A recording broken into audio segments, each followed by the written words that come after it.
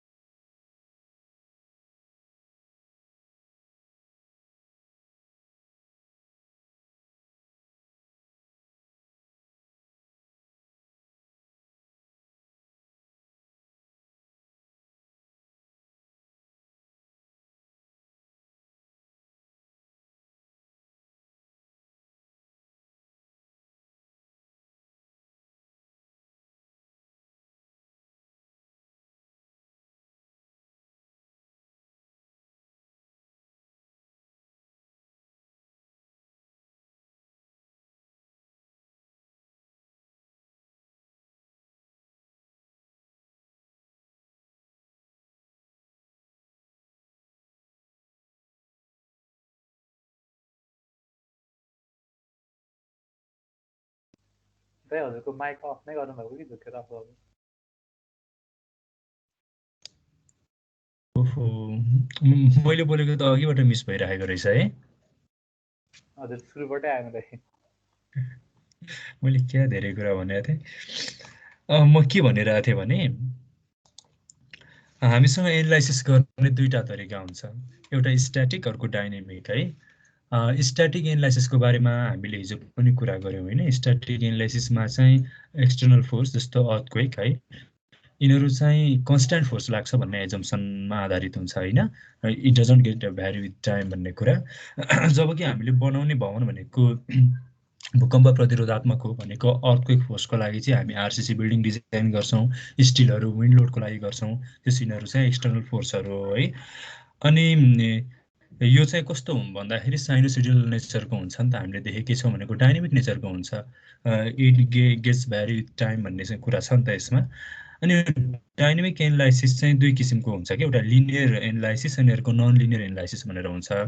अब लिनियर एनालाइसिसमा पनि रेस्मस spectrum method अनि अर्को टाइम हिस्ट्री मेथड भनेर दुईटा हामीले पढेकै पनि छौँ है। अनि अर्को चाहिँ एउटा नन लिनियर मेथड भन्ने हुन्छ, पुसओभर मेथड भन्ने। त्यता हामी जाँदैनौँ है। कोडमा पनि कोडले पनि हामीलाई के रेस्पोन्स स्पेक्ट्रमबाट गर्न सकिन्छ कि टाइम हिस्ट्रीबाट गर्न सकिन्छ भनेर भनेको छ। अनि इट्याप्सले चाहिँ हामीलाई रेस्पोन्स स्पेक्ट्रम फंक्सनबाट गर्न चाहिँ फेसिलाइज गरिरहेको छ। त्यो भएको हुनाले चाहिँ हामी रेस्पोन्स स्पेक्ट्रमबाट गर्छौँ है। अब रेस्पोन्स स्पेक्ट्रम अथवा डाइनामिक एनालाइसिस गर्नु पर्दाखेरि अहिलेसम्म हामीले सुरुदेखि अहिलेको स्टेप्समा जे गर्यौँ सबै स्टेप्सहरू सेम हो। दुईटा कुरा फरक छ। एउटा हामीले रेस्पोन्स स्पेक्ट्रम डाइनामिक फङ्सन भएको हुनाले यसलाई एउटा डिफाइन गर्ने कुरा, अनि त्यस पछाडि चाहिँ एउटा स्केल फ्याक्टर भन्छ, यसको बेस सेयर इक्विभ्यालेन्ट अर्थक्वेक फोर्ससँग भएको बेस के त्यसमा त्यो बापत आएको बेस सेयरसँग इक्विभ्यालेन्ट बनाउन त्यो सच्याउनु पर्ने हुन्छ। अनि हामीले त्यस पछाडि भनेको जस्तो डिस्प्लेसमेन्ट हेऱ्यौँ, ड्रिफ्ट हेऱ्यौँ, के को लागि हेरेको थियौँ भन्दाखेरि इक्युएक्स अनि इक्युवाईको लागि मात्रै हेरेको थियौँ नि होइन। अब चाहिँ रेस्पोन्स स्पेक्ट्रम फङ्सनको लागि पनि हेर्न पर्यो क्या हामीले है। त्यो कुराहरू छ। अनि भरे त्यो टोर्सन हेरेको थियौँ भनेको बिल्डिङ कतिले डिस्प्लेस भयो भन्ने कुरा। म्याक्सिमम डिस्प्लेसमेन्ट बाई मिनिमम डिस्प्लेसमेन्टको रेसियो चाहिँ 1.5 भन्दा धेरै हुनु हुँदैन होइन। 1.5 भन्दा धेरै भयो भने चाहिँ जुन तेस्रो फन्डामेन्टल मोड छ टाइमको होइन, त्यो चाहिँ सुरुको दुईटा भन्दा कम अनि पहिलो फन्डामेन्टल टाइम चाहिँ हामीले क्याल्कुलेट गरेको भन्दा धेरै हुनुपर्छ भन्ने कुराहरू हामीले हेऱ्यौँ। त्यसमा पनि 2 भन्दा अझै माथि गयो भने चाहिँ हामीले प्लान कन्फिगरेसन नै चेन्ज गर्नुपर्छ भन्ने कुरा नि पढ्यौँ हैन। अब त्यसमा चाहिँ हामीले EQX र EQY को हेरेको थियौँ भने अब चाहिँ रेस्पोन्स स्पेक्ट्रम पनि हेर्न पर्थ्यो है। त्यो एउटा रेस्पोन्स स्पेक्ट्रम भन्ने फङ्सनको लागि सबैतिर हेर्न पर्यो हैन, एउटा एडिसनल हेर्ने कुरा बढेको हो, अरू त्यस्तो केही पनि छैन है। अब एउटा कुरा म के पनि भनिदिन्छु भने जस्तो हामीले सुरुमा लोड प्याटर्न्स डिफाइन गर्दाखेरि चाहिँ यहाँनिर EQX मा चाहिँ मोडिफाई ल्याटरल लोड गरे हैन। त्यति बेला हामीले यो टाइम पिरियड पत्ता लगाउनको लागि हामीले के गरेका थियौँ थाहा छ? थोरै भनिदिइहाल्छु है। त्यसको लागि यो फर्मुला युज गरेका थियौँ 0.075 s को पावर 0.75 हाम्रो RCC बिल्डिङ भएको हुनाले हैन नि। यो हाइट कस्तो खाली लिने भन्ने कुरा यहाँबाट हेरेको थियौँ। अनि यहाँबाट आएको टाइमबाट चाहिँ हामीले SA/G को भ्यालु निकालेको थियौँ है। एक्सिलरेसन कोएफिसिएन्टको भ्यालु भनौँ न, SA/G को डिजाइन एक्सिलरेसन कोएफिसिएन्टको भ्यालु। अनि यसमा चाहिँ हामीले यहाँ त्यति बेला नि मैले भनेको थिएँ स्ट्याटिक मेथडको लागि हामी यो युज गर्छौँ भने अब यदि रेस्पोन्स स्पेक्ट्रम युज गर्ने हो भने चाहिँ हामीले यो युज गर्नु पर्यो है। यहाँ तलतिरपट्टि हामीले हेऱ्यौँ भने कर्भ पनि दुईटाको लागि दिएको छ क्या। यो चाहिँ spectra for equivalent static method अनि अर्को चाहिँ रेस्पोन्स स्पेक्ट्रम मेथड भनेर यसले यसरी पनि दिएको छ है। एउटा चेन्ज आउने कुरा त्यहाँ हो, ठिक छ। अब हामीले के गर्नु पर्यो भन्दाखेरि डिफाइनमा जाने, त्यस पछाडि चाहिँ फङ्सन्स अनि रेस्पोन्स स्पेक्ट्रम भन्ने छ है, यहाँ जान पर्यो।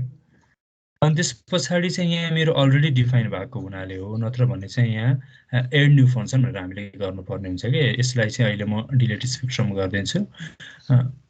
अनि त्यसपछि सबैभन्दा सुरुमा चाहिँ यहाँ विभिन्न कोड्सहरू छ। हामी चाहिँ IS 1893 2016 है यो चुज गर्छौँ। अनि एड न्यू फङ्सनमा जाने, यहाँनिर त्यो कोडकै नाम लेख्दिनँ ल, किनभने भरे हामीले अर्कोतिर गएर चुज गर्नुपर्ने हुन्छ, झुकिँदैन। IS 1893 2016 चाहिँ हामी युज गर्छौँ है। अब यिनीहरूको बारेमा मैले के भन्नै पर्दैन। सेस्मिक जोन 5 हामीले पहिले डिस्कस गरेको, जोन फ्याक्टर 0.36 हुन्छ। अनि इम्पोर्टेन्स फ्याक्टर चाहिँ रेसिडेन्सियल बिल्डिङ भएको हुनाले 1 हुने भयो। सोइल टाइप 2 एकैछिन ल। नमस्कार।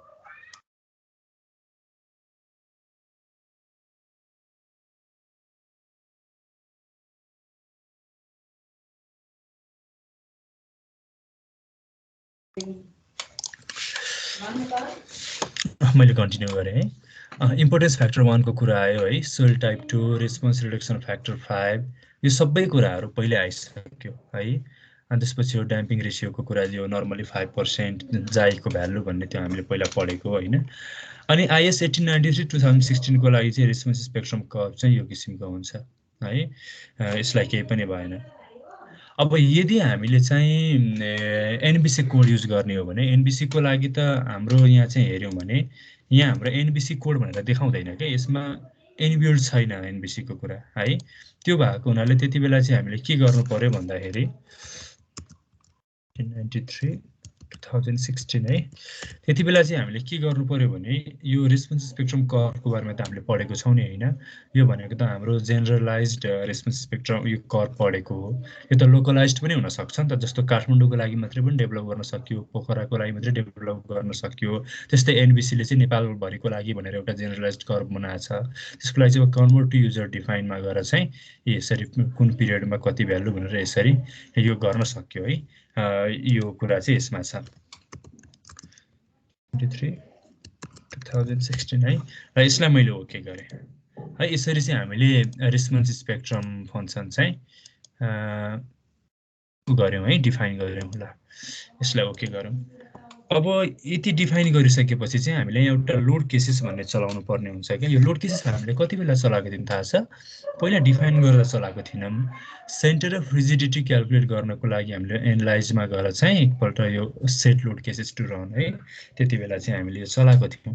नत्र भने स्ट्याटिक एनालाइसिसको केसमा हामीले त्यो छोकै हुँदैन है। त्यो कुरा पनि हामीले थाहा पाउनु पर्यो है। जस्तो अब हामी यहाँ लोड केसेसमा जान्छौँ। अनि यहाँ हेऱ्यौँ भने हामीले लोड प्याटर्नमा जति पनि फङ्सन्सहरू एड गरेको थियो त्यो सबैहरू यहाँ छ, सबै लिनियर स्ट्याटिक हो क्या, सबै फोर्सहरू लिनियर स्ट्याटिक। अब रेस्पोन्स स्पेक्ट्रमको लागि हामी के गर्छौँ भन्दाखेरि एड न्यू केस गर्छौँ है, एड न्यू केस गर्छौँ। अनि त्यसपछि चाहिँ हामीसँग अब जसरी अर्थक्वेक फोर्स चाहिँ हामीले इक्युएक्स अनि इक्युवाई भनेर दुईवटा डिरेक्सनमा डिफाइन गरेको थियौँ, रेस्पोन्स स्पेक्ट्रमलाई पनि हामी रेस्पोन्स स्पेक्ट्रम एक्स र रेस्पोन्स स्पेक्ट्रम वाई भनेर दुईतिर हामी डिफाइन गर्छौँ। लोड केस टाइपमा चाहिँ अब लिनियर स्ट्याटिक भने यहाँ के आउने भयो, रेस्पोन्स स्पेक्ट्रम। अनि अर्को मैले टाइम हिस्ट्रीको बारेमा कुरा गरेको थिएँ नि, यो पनि त्यहाँ आयो। अनि अर्को नन लिनियर भन्ने कुरा गरेको थिएँ, यहाँ धेरै कुराहरू छ। अब हामीले चलाउने चाहिँ रेस्पोन्स स्पेक्ट्रम हो है, यो भयो। अब यति गरिसके पछाडि मास सोर्स भनेको यसले हामीले मास सोर्स जे डिफाइन गरेको थियौँ त्यही लिन्छ होइन, यो सबै कुरो छँदैछ। अब लोड सप्लाइडमा चाहिँ हामीले यहाँ एड गर्यो आरएसएक्सको डिरेक्सनमा एक्सिलरेसनलाई चाहिँ U1 ले डिनोट गरिन्छ। अनि फङ्सन चाहिँ कुन भन्दाखेरि हाम्रो IS 1893 2016 अघि हामीले डिफाइन गर्दाखेरि यो नाम दिएको थियौँ नि, त्यो भएर यो आएको हो। त्यहाँ हामीले जे नाम दिएको थियौँ त्यही आउँछ ल यहाँ। अब स्केल फ्याक्टर भनेर भनेको छ, यसबारेमा म एकछिनपछि भन्छु ल। यसलाई चाहिँ हामी ओके गरौँ, अरू केही चलाउनु पर्दैन ल। यो मोडल लोड केस मोडल, यो सिक्युसी एसआरएसएस एब्सोल्युटली हामीले पढेको चाहिँ सिक्युसी मेथडबाट हामी गर्छौँ, यो सबै कुरो छँदैछ। यसो गरेर यहाँनिर आरएसएक्स चाहिँ रेस्पोन्स स्पेक्ट्रम फङ्सन डिफाइन भयो। अब हामीलाई अर्को आरएसवाई भन्ने पनि चाहियो। अब यसको लागि थोरै स्मार्ट यसमा क्लिक छँदैछ, एड कपी अफ केस गरौँ है। यसलाई चाहिँ नि रेस्पोन्स स्पेक्ट्रम वाई भयो है, load case type response spectrum भइहाल्यो हामीले कपी गरेको हुनाले। अब यति हो, एक्स डिरेक्सनतिरको एक्सिलरेसन अथवा लोड नेम U1 थियो भने अब यसलाई चाहिँ U2 भनिदिनु पर्यो, यो चाहिँ नभुल्ने है। अरू सबै कुरो सेम हो। ओके ओके ल, यति भयो है। अब एउटा कोडमा एउटा प्रावधान छ क्या, म एउटा कुरा देखाउँछु।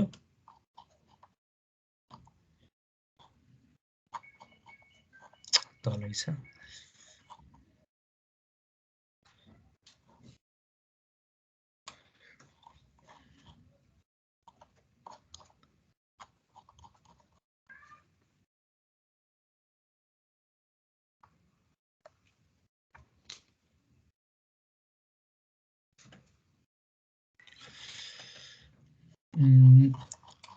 मस्तिर चाहिँ के हो, पेज 14 तिर यहाँ हेरौँ त।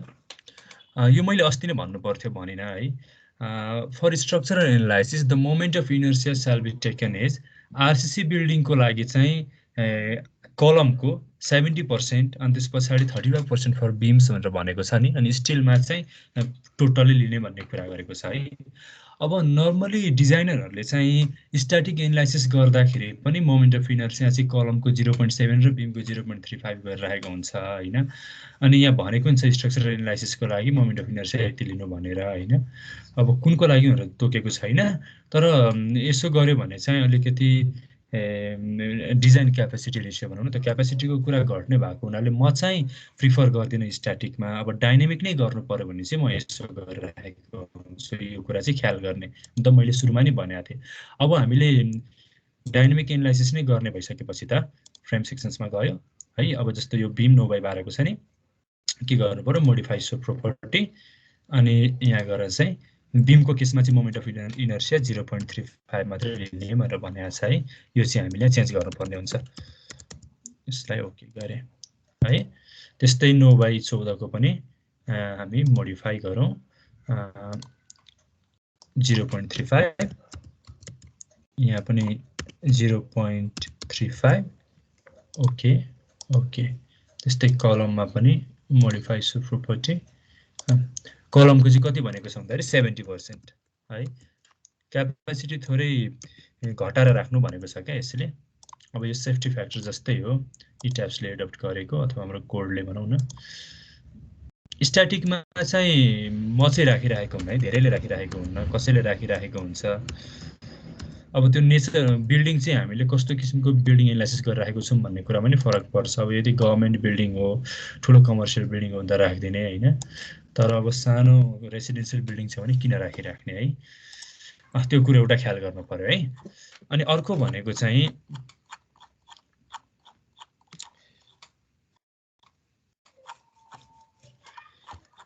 एउटा बेस सेयर डिस्ट्रिब्युसनको कुरा छ है, एकदमै ल।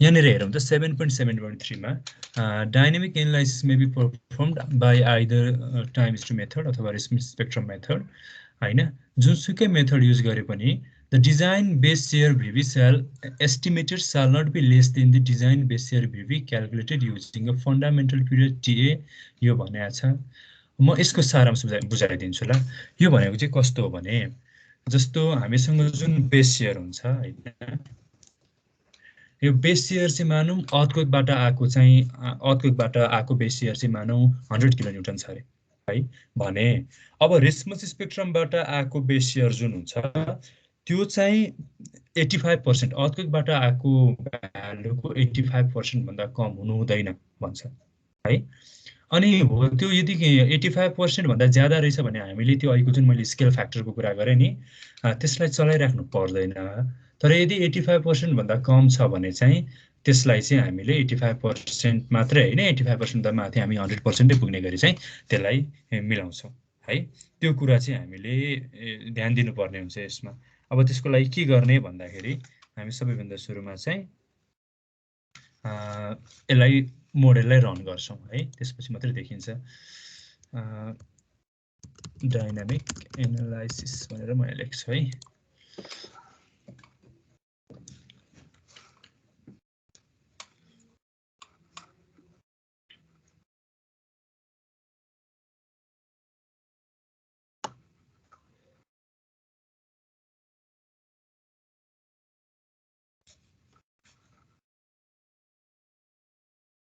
ल डिस्प्लेमा जाने सो टेबल्समा जाने हैन एज युजुअल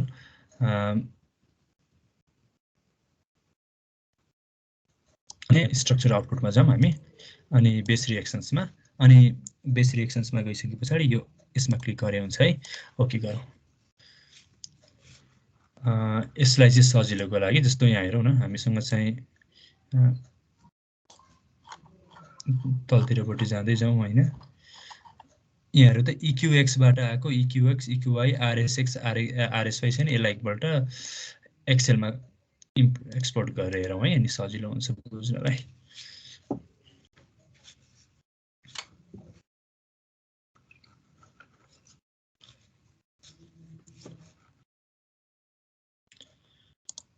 ल अब यहाँ हेरौँ ल यहाँनिर चाहिँ अरु हामीलाई केही पनि चाहिएन हैन यिनीहरु सबै डिलिट गरिदिए हुन्छ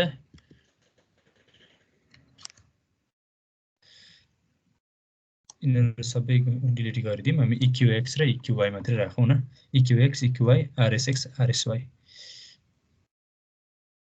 ल अब यहाँ EQX को भ्यालुहरु पनि लगभग सेम जस्तै आइराखेको छ हैन कुनै ठूलो भ्यालुलाई राख्दियौ यसलाई डिलिट गरिदिन्छु मैले ठूलो भ्यालुलाई किन राखेको भने नर्मली सेम आइराखेको हुन्छ ठूलो भ्यालुको 85% चाहिँ कम्तिमा हुनु पर्छ भनेर EQY -224 यसलाई मैले डिलिट गरिदिन्छु है EQY यो भयो ल त्यस्तै गरेर RSX RSY है अरु म यो सबै डिलिट गरिदिन्छु ल अब के भनेको भने जस्तो यहाँ हेरौँ ल सबैभन्दा सुरुमा EQX हेरौँ है EQX बाट आएको भ्यालु 212 213 छ लगभग हैन यो एब्सोल्युट भ्यालुले नेगेटिभ पोजिटिभ भनेको डाइरेक्सनको कुरा मात्रै हो 212 छ RSX मा आएको 115 छ अब यसको 85% छ कि छैन हेरौँ त equals to 0.85 into absolute value of यो भ्यालु अफ यो एब्सोल्युट नगरे पनि हुन्थ्यो ठीक छ भनेको 180 हुनु पर्दैछ कम्तिमा पनि 180 हुनु पर्छ अघि मैले भने नि अर्थक्वेकबाट आएको बेस शेयरको भ्यालु जति हुन्छ रेस्पोन्स स्पेक्ट्रमबाट आएको भ्यालु त्यसको कम्तिमा 85% चाहिँ हुनु पर्छ है मैले भने त्यो छैन भने अब हामी 85% मात्रै हैन 100% बनाउन लाग्छौं त्यस्तै EQY बाट आएको भ्यालु कति छ 236 यता RSY मा 158 छ अब यसको पनि कति हुनु पर्छ भन्दाखेरि इक्वल्स टु 0.85 टाइम्स 236 गर्दाखेरि यो 201 हुनु पर्थ्यो 158 मात्रै छ है भनेपछि हामीले यसलाई चाहिँ कम्तिमा 85% बनाउनु पर्छ अब स्केल फ्याक्टर भन्छु है म यहाँनिर x मा y अनि त्यसपछि y मा अब भनेपछि अघि आको अब हामीले चाहिँ कति स्केल फ्याक्टरलाई मल्टिप्लाई गर्नुपर्छ भन्ने कुरो आयो यो EQX धेरै छ RSX भन्दा है भनिसके पछाडी एब्सोल्युट भ्यालु अफ यो डिभाइड बाइ यो भनेपछि 1.85 चाहिँ हाम्रो स्केल फ्याक्टर भयो यतिले मल्टिप्लाई गर्नु पर्यो त्यो भयो भने चाहिँ भरे हामीले फेरि बेसियरको टेबल खोलेर हेर्यौं भने चाहिँ सेम आउँछ के इक्वल्स टु यो डिभाइड बाइ यो ल 1.49 है अब यो भ्यालुलाई कहाँ गएर राख्ने भन्नुहुन्छ भने अब हामीले फेरि यसलाई अनलक गर्नु पर्यो है हामीले काम गरिसकेर सेभ गर्नु पर्यो भने पनि यो मोडेल अनलक गरेर सेभ गर्नु होला है ल के गर्ने भन्दाखेरि डिफाइन अनि त्यसपछि कहाँनिर हो भन्दाखेरि लोड केसेसमा हो है सरी यहाँनिर हामीले रेस्पोन्स स्पेक्ट्रम फंक्सन डिफाइन गरेको अनि लोड केसेसमा गएर चाहिँ यसलाई यहाँ राखेको हो है अनि जस्तो RSX मा गयो मोडिफाई सोकेस अब यहाँ हेरौं त स्केल फ्याक्टर 9806.65 छ नि यो x तिर हो हैन यसलाई कतिले मल्टिप्लाई गर्नु पर्यो भन्दाखेरि चाहिँ 1.85 ले मल्टिप्लाई गर्नु पर्यो भनेपछि यति इन्टर गर्यो भने यसलाई ओके गरिदिने है त्यस्तै गरेर RSY मा पनि मोडिफाई सोकेस है कतिले मल्टिप्लाई गर्नु पर्यो भन्दाखेरि 1.49 यतिले यो भ्यालुले है मैले यसलाई कपी गर्दै त पेस्ट गरेर राखेको छु है इन्टु कन्ट्रोल V यति गर्नु पर्यो हो यति नै मिलाउने होला यति नै मिलाउने हो अरु बाँकी कुरा सेम हो अब त्यसपछि यसलाई रन गर्यो है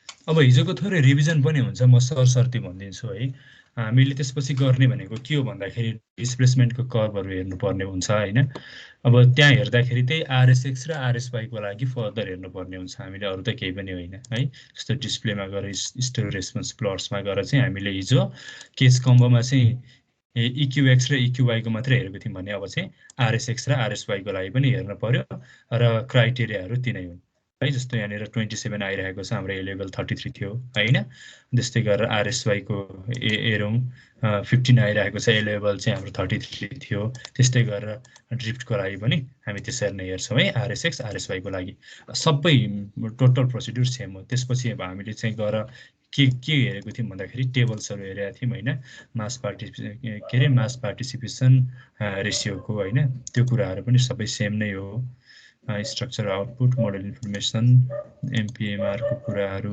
त्यसपछि लिएर चाहिँ सेन्टर अफ मास र रिजिडिटी कुराहरु सबैहरु हेर्ने हो कुरो त्यही नै हो है बेस रिएक्सन्स को छ त्यसपछि मोडल पार्टिसिपेटिङ मास रेशियोज को कुराहरु छ हैन सबै त्यही नै हो है यो फेरि मोड 21 वटा आइराछ मैले हिजोकै फाइल खोलेछु हिजो सेभ नगरिकन त्यो भएको हुनाले है यति होला यसको कुरा चाहिँ म चाहिँ अब के गर्छु भने हिजोको फाइल खोल्छु ल मरे कुनै डाटा बिग्रेको रहेछ भने हुन सक्छ भनेर ल अनि मैले एउटा कुरा अस्ति थोरै भन्न छुटाएछु अस्ति हैन हिजो मात्रै पनि के हुन्छ भने नि हामीले चाहिँ यो मोडेल चेक गर्ने भन्ने कुरा गर्यौं नि यो सकाएर चाहिँ एनालाइजमा गएर चेक मोडेल गर्छौं नि चेक मोडेल गर्नु भन्दा अगाडि एउटा काम चाहिँ के गर्ने भने नि नर्मली चाहिँ हामीले बनाउँदै जाँदाखेरि अननेसेसरी जोइन्ट्सहरु बनेको हुन सक्छ के अननेसेसरी जोइन्ट्सहरु बन्नु भनेको त जस्तो हामीले डायफ्राम एसाइन गर्दाखेरि पनि त्यो जोइन्टहरुसँग पछि गएर त्यो गाँसिनु हो हैन भनेको सेन्टर अफ रिजिडिटी तितर बितर हुनु हो टाइम पिरियडमा इफेक्ट गर्छ धेरै कुरा हुन्छ नि त त्यो भएको हुनाले के गर्ने भन्दाखेरि त्यो अनावश्यक जोइन्ट्सहरुलाई चाहिँ हामीले डिलिट गर्नुपर्ने हुन्छ है त्यसको लागि के गर्ने भन्दाखेरि यहाँ हामीसँग सेलेक्ट है सेलेक्ट त्यसपछि अब्जेक्ट टाइप त्यसपछि जोइन्ट्स हेरौं त यहाँ जोइन्ट्स छ नि सेलेक्ट गर्यो भने भयभरको सबै जोइन्ट्सहरु सेलेक्ट हुन्छ के अनि यसलाई मैले डिलिट थिच्नु पर्छ मैले डिलिट थिचिरहेको छु डिलिट गरिसके पछाडी चाहिँ अनावश्यक जोइन्ट्सहरु डिलिट हुन्छ यो अरु जोइन्ट्सहरु किन डिलिट हुँदैन भने जोइन्ट्सहरु चाहिँ सेक्सन अड्याउनको लागि जोइन्ट बन्ने हो नि त अनि त्यो सेक्सन रिमुभ नगरुन्जेलसम्म त्यो जोइन्ट डिलिट हुँदैन तर अनावश्यक जोइन्टहरु बनेको छ भने चाहिँ त्यो डिलिट हुन्छ है त्यसो चाहिँ हामीले गर्नु पर्यो त्यस्तै हामीले स्टेयरकेस मोल्डिङ गरेको हो भने त्यसमाको रेफरेन्स पोइन्ट रेफरेन्स प्लेन पनि त अर्को यो जोइन्ट जस्तै हो त्यसको लागि त्यसलाई पनि हामीले चेक गर्नुभन्दा अगाडि चाहिँ मोडिफाई सोर्टेड सिस्टममा गएर यहाँ आउँछ रेफरेन्स पोइन्टहरु जति हुन्छन् सबैलाई पर्यो है त्यस मोल्डिङ गर्नु भएको छ भने त्यो कुरो नबिर्सिनु होला रेफरेन्स प्लेन अथवा पोइन्ट चाहिँ डिलिट गर्यो भने त्यो स्टेयरकेस डिलिट हुँदैन रेफरेन्स पोइन्टमा र त्यो जोइन्टमा यही फरक छ मैले यसको फरक बारेमा पहिला पनि बताइसकेको छु है त्यो कुराहरु चाहिँ ख्याल गर्नु होला ल मैले अस्ति भन्नुपर्ने भुलेछु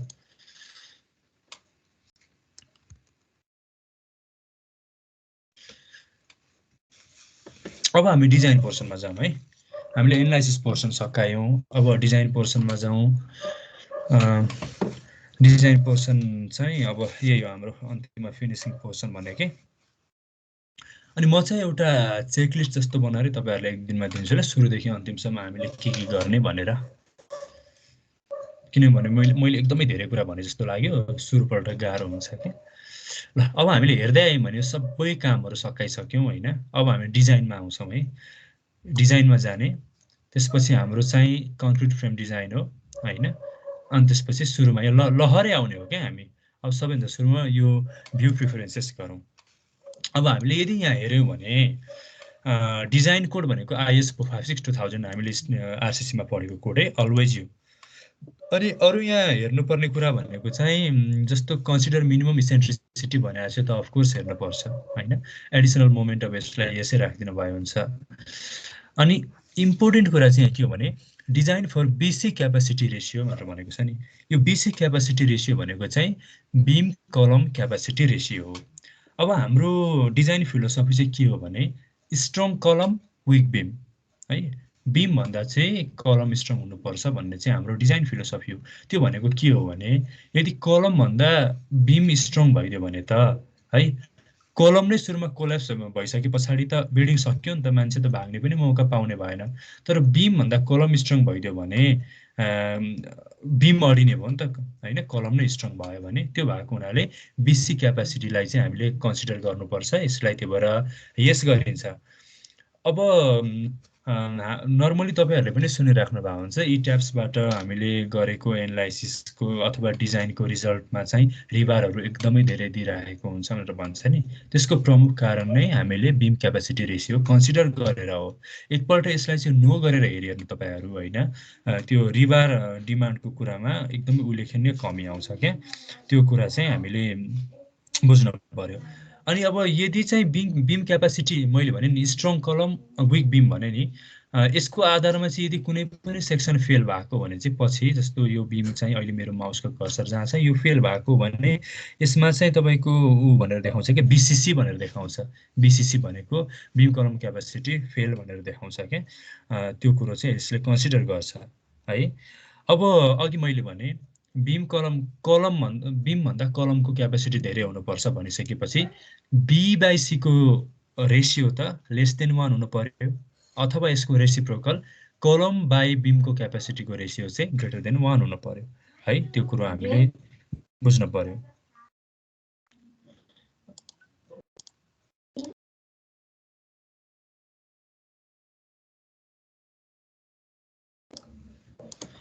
अनि अर्को कुरा चाहिँ के हो भने यसमा चाहिँ यो बीम कलम क्यापासिटी रेशियो चाहिँ सकेसम्म यसै राखेर गर्नुहोस् न हामी सेफ साइडमा बस्ने कुरा हो नत्र भने चाहिँ अलिकति गाह्रो हुन्छ अनि अब यो कलम भन्दा बीम चाहिँ स्ट्रङ भनेको चाहिँ अलिकति इल डिजाइन हो के त्यो अब मेन गरेर बीम कलमको जुन जोइन्ट हुन्छ त्यो भनेको त एकदमै क्रिटिकल ठाउँ हो नि त हैन अनि यस्तो भयो भने चाहिँ त्यहाँनिर तपाईको प्लास्टिक हिन्ज फर्म हुन्छ के हामीले त्यो कर पढ्या छ नि हैन इलास्टिक र प्लास्टिक कर प्लास्टिक हिन्ज फर्म हुनु भनेको त्यो चाहिँ अब यसले आफ्नो ओरिजिनल कन्फिगरेसन चाहिँ रिगेन गर्दैन हैन भनेको यसले आफ्नो इलास्टिक नेचर देखाउँदैन अनि क्र्याक नै त्यहाँबाट सुरु हुने हो के है त्यो कुरा भयो अनि अर्को भनेको चाहिँ यहाँ अन्तिममा हेर्नुहुन्छ भने युटिलाइजेसन फ्याक्टर लिमिट भनेर भनेको छ नि यो युटिलाइजेसन फ्याक्टर लिमिट भनेको चाहिँ कस्तो भन्दाखेरि यसलाई चाहिँ तपाईहरुले डिमान्ड बाइ क्यापासिटी रेशियो भन्नु हुँदा आउँछ के है म यहाँ लेखि नै दिन्छु डिमान्ड बाइ क्यापासिटी भनेर भन्छु अब यसलाई थोरै ख्याल गर्नु त जस्तो हाम्रो डिमान्ड एउटा हुन्छ अनि त्यसपछि हाम्रो त्यहाँ स्ट्रक्चरल क्यापासिटी एउटा हुन्छ हैन। डिमान्ड र क्यापासिटीको रेसियो चाहिँ यहाँ डिफल्ट 1 छ। मतलब हाम्रो डिमान्ड जति हो क्यापासिटी पनि त्यति नै हुनुपर्छ भन्ने यसको इट्याप्सको इनबिल्ट डिफल्ट फिलोसफी हो। कतै कतै हेर्नुहुन्छ भने जस्तो यसको भ्यालु 0.95 पनि हुन्छ क्या, 0.95 पनि त्यो पहिलाको भर्जनहरुमा देखिराखेको हुन्छ। त्यो भनेको चाहिँ के हो भने 0.95 अथवा यसको रेसियोको भ्यालु लेस देन 1 हुनुको मतलब के हो भन्दाखेरि डिमान्ड भन्दा क्यापासिटी धेरै हुनु हो हैन। डेनोमिनेटर धेरै हुनु भनेको त लेस देन 1 आउनु हो नि त। भनेको त्यो चाहिँ हामी अलिकति धेरै सेफ साइडमा बसेको भयो क्या है। डिमान्ड भन्दा क्यापासिटी धेरै हुनु हो, 0.95 भनेको त्यो हो नि त, अथवा 0.8 अब त्यति कम राख्नु पर्दैन क्या। क्यापासिटी बढाउनु भनेको त सेक्सन साइज बढ्नु हो, रिभर साइज नम्बर्सहरु बढ्नु हो। त्यो भएको हुनाले डिमान्ड क्यापासिटीलाई 1 मै छोड्दिनु भयो हुन्छ है। जति डिमान्ड हो हामी त्यही क्यापासिटीको बनाउँछौँ भन्ने कुरा हो। यसको कुरा त्यति नै हो। अनि यहाँनिर चाहिँ एउटा कलर कोडिङको कुरा पनि गरेको छ है। हामीले दिएको सेक्सन साइजको आधारमा चाहिँ यो बिल्डिङले नधान्ने हो भने त्यो सेक्सन फेल भएको भन्ने ठहरिन्छ र यदि फेल भयो भने चाहिँ इट्याप्सले त्यसलाई रातो कलरले देखाउँछ है। त्यो कुरा पनि यहाँ हेर्नु पर्यो। यसलाई ओके गरे। अब त्यसपछि भनेको हामी सेलेक्ट डिजाइन ग्रुप्समा जानु पर्दैन अथवा खोलेर हेरौँ हैन। यसमा लिस्ट अफ ग्रुप्स अल छ, यसलाई चलाउनै पर्दैन है। त्यसपछि भनेको चाहिँ हाम्रो सेलेक्ट डिजाइन कम्बिनेसन्स भन्ने छ है। यसमा क्लिक गर्नु पर्यो। अब यहाँ हेर्नु भयो भने लिस्ट अफ कम्बिनेसन्स भनेको हामीले चाहिँ मैले कुरा गरेँ नि हैन। यदि रेगुलर कन्फिगरेसनको बिल्डिङ छ भने हाम्रो 12 वटा कम्बिनेसन हुन्छ कोडले दिए अनुसार।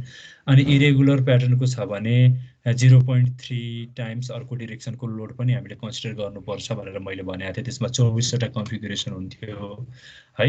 हो त्यसको हो त्यो चाहिँ कुन कुन कन्सिडर गर्ने भन्ने कुरो चाहिँ हामीले यतापट्टि हाल्ने। हामीले डिफाइन गरेको कुन कुन छ भन्ने कुरो चाहिँ यसमा आउँछ। अब यसमा हामीले डिफाइन गरेको भनेको युडी कन लेखेको वाला सबै नै हो नि त। यो dead load plus live load भनेको हामीले तल फुटिङमा लानको लागि हो, त्यो कुरो भरे आउँछ अथवा भोलि आउँछ। अनि इन्भलप भनेको हामीले सबैभन्दा क्रिटिकल सेक्सनको चाहिँ बेन्डिङ मोमेन्ट डायग्राम अथवा चाहिँ शियर फोर्स डायग्राम एएफडीहरु देखाउनको लागि भन्ने हो। यसलाई पनि हामीले गरिराख्नु पर्दैन है। यो इन्भलप गरिराख्नै पर्दैन, सबै यहाँ राखिसके पछाडि। त्यो भएको हुनाले यसलाई हामी कन्सिडर गर्दैनौँ। डिजाइन कम्बिनेसन्समा चाहिँ हामीले दिएको चाहिँ 12 वटा 13 र 14 किन आयो भन्ने त मैले पहिला नै भनेको छु। एउटामा dead load plus live load के अरे 1.5 डेड लोड मात्रै हुन्छ, त्यसलाई डिलिट गरे पनि हुन्छ, खासै सिग्निफिकेन्ट होइन। अर्कोमा dead load plus live load 1.5 times हुन्छ, त्यो छँदैछ। त्यसलाई ओके गर्यो है। अनि त्यसपछि भनेको चाहिँ बल्ल हाम्रो स्टार्ट डिजाइन चेक भन्ने छ है। यसलाई शिफ्ट प्लस F6 थिचे पनि हुन्छ, त्यसरी पनि डिजाइन हुन्छ। नत्र भने चाहिँ यसलाई स्टार्ट डिजाइन चेकमा यसलाई क्लिक गरिदिनु भयो हुन्छ है। त्यो गरिसके पछाडि यहाँ हेरौँ है, यस्तो आइराखेको हुन्छ। ल अब एकपल्ट हेर्दै जाउँ ल। यहाँनिर चाहिँ अहिले यसलाई मात्रै म कन्सिडर गर्छु है। कतै रातो आएको छ भने हाम्रो त्यो रातो भनेको चाहिँ डिजाइन फेल हुनु हो क्या है। अब यहाँ रातो आएको छैन। अब यहाँ फेल नआए पनि कस्तो कस्तो किसिमको आउँछ भने त म सबै अहिले भनि नै हाल्छु है।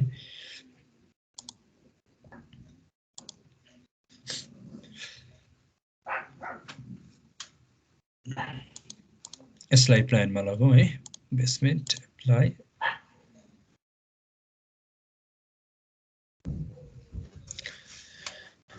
थोरै स्लो भइरहेछ मेरो ल्यापटप। ओके ल, यसमा चाहिँ अलिकति यो सानो अक्षरहरू मसिनै देखिने गर्यो भने चाहिँ यो अप्सन्समा गएर हामीसँग ग्राफिक मोड्समा चाहिँ स्ट्यान्डर्ड ग्राफिक्स गर्नु ल अलि राम्रो आउँछ। अब के गर्ने भने नि यस पछाडि हामीसँग यहाँ चाहिँ जस्तो अहिले मैले सरसर्ती हेरेँ हैन। लगभग यो कलमको कुरा हेर्ने हो भने कतै पनि रातो देखाएको छैन, सबै पास नै छ हैन। अब यहाँ त यसरी 3-4 वटा फ्लोर छ र अप डाउन गरेर पनि हामीले हेर्न सक्यौं। तर एकदमै ठुलो बिल्डिङ छ हैन भने यसरी हेरेर साध्य हुँदैन, हेरेर झुकिने चान्स पनि हुन्छ। त्यस्तोमा के गर्ने भने डिजाइनमा जाने, कन्क्रिट फ्रेम डिजाइन, अनि हामीसँग यहाँ verify analysis versus verify all members passed भनेर छ नि, यसमा क्लिक गर्ने के। के भन्यो, all concrete frames pass the design check भनेर भन्यो हैन। अब यदि त्यो भएन भने के गर्ने भन्दाखेरि चाहिँ त्यहाँनिर त्यसलाई सिलेक्ट गरौँ भन्ने एउटा अप्सन दिन्छ। त्यो गरौँला। एक दुईवटा फेलै देखाइदिउँ है, त्यो भयो भने यहाँ सजिलो हुन्छ। के गरौँ भने एकछिन म यसलाई अनलक गर्छु। त्यसपछि चाहिँ यो स्टेयरकेस छेउछाउको बीमहरु चाहिँ अलिकति क्रिटिकल भइरहेको हुन्छ के। यसमा चाहिँ एसाइन फ्रेम सेक्सन प्रोपर्टिज, यसलाई चाहिँ म बीम 9/12 थियो। ठीक छ, बीम 9/12 ले नै मात्रै पुग्छ होला कि। ठीक छ, यसलाई म चाहिँ यसरी गर्दिरा हुन्छ ल।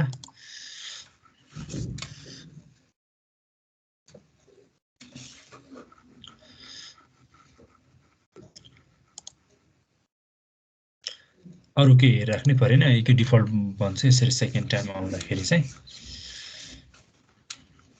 अनि डिजाइनमा गएर भेरिफाई अल मेम्बर्स पास भनेर यसमा नि सबै पास गरे है। ठिकै छ ल, म त्यो भनौँला के फेल आउँछ भन्ने कुरा। ल सबैभन्दा सुरुमा के गर्ने भने डिजाइनमा जाने। अब हामी चाहिँ डक्टाइल डिटेलिङतिर अथवा डिजाइनतिर लाग्छौँ है। यहाँ डिस्प्ले डिजाइन इन्फर्मेसन भन्ने छ, शिफ्ट कन्ट्रोल F6 है, यहाँ क्लिक गर्ने। अब हामी सबैभन्दा सुरुमा चाहिँ लङ्गिट्युडिनल रेन्फोर्सिङ हेर्छौँ, बीमको पनि कलमको पनि है। यो ध्यान दिएर हेरौँ है। Apply, okay. ल अब सबैभन्दा सुरुमा हामी बीमको कुरा गरौँ है। अब यहाँ त अहिले हाम्रो सबै बीमहरु पास भयो है। बीम फेल भनेर आइराखेको हुन्छ। बीम फेल हुने दुईटा कारण छ क्या। एउटा भनेको चाहिँ लङ्गिट्युडिनल रिबार फेल हुन्छ, अर्को भनेको चाहिँ हाम्रो शियर फेलर हुन्छ।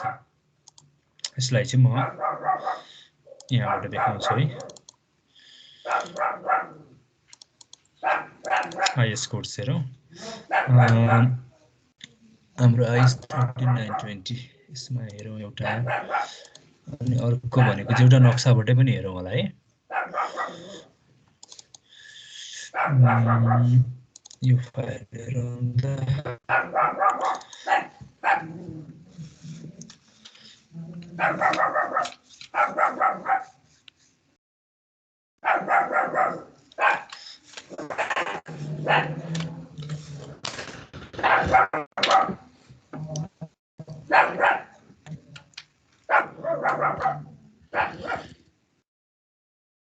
अब कस्तो पनि जस्तो म यहाँबाट देखाउँछु है।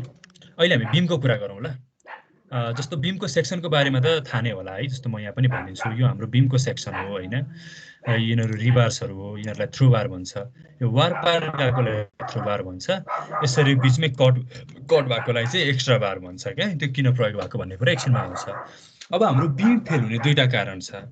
एउटा भनेको चाहिँ हाम्रो यो बीम ओभर स्ट्रेस्ड भएर हैन। ओभर स्ट्रेस्ड हुनु भनेको चाहिँ यो बीमको डेप्थ नपुगेर क्या। जस्तो डेप्थ मात्रै हैन, हाम्रो विड्थको पनि कुरा गरौँ न।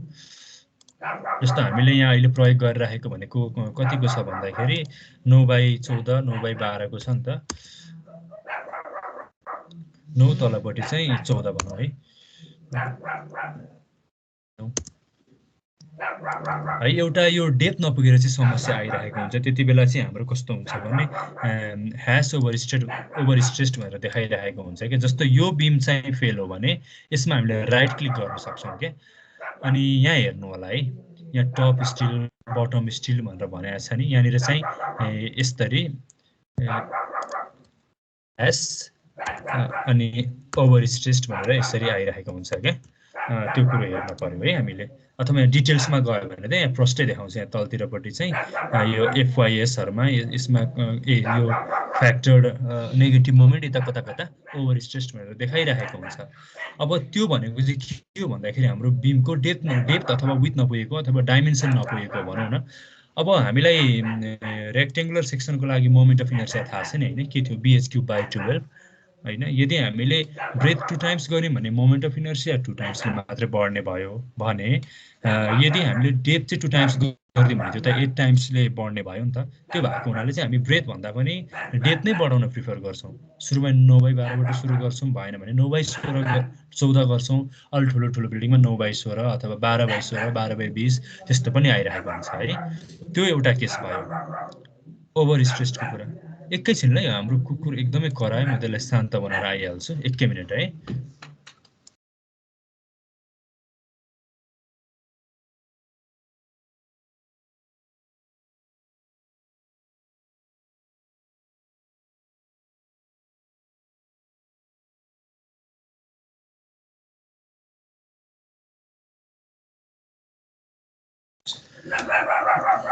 अहिलेसम्म ठिक आइरहेछ नि हैन? आवाज भिडियोहरु केही समस्या छ? कसैले भनौ त मलाई।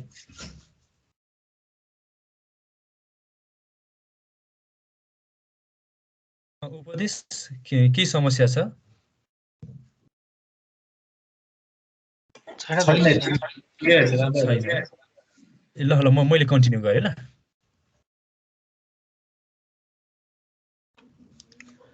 है पहिलो समस्या भनेको चाहिँ बीम चाहिँ ओभर स्ट्रेस्ड भन्ने हुन्छ है। त्यो केसमा मैले के भने भन्दाखेरि बीमको सेक्सन बढाउने हो, नर्मली डेप्थ है, त्यो कुरो मैले भने। अनि अर्को चाहिँ हाम्रो शियर फेलर आइरहेको हुन्छ। शियर फेलर भनेको चाहिँ के हो भने यसको डक्टर डिटेलिङको कुरा गर्ने हो भने जस्तो यो चाहिँ बीमको है, यो यिनीहरू भनेको चाहिँ रिभार्स भयो हैन।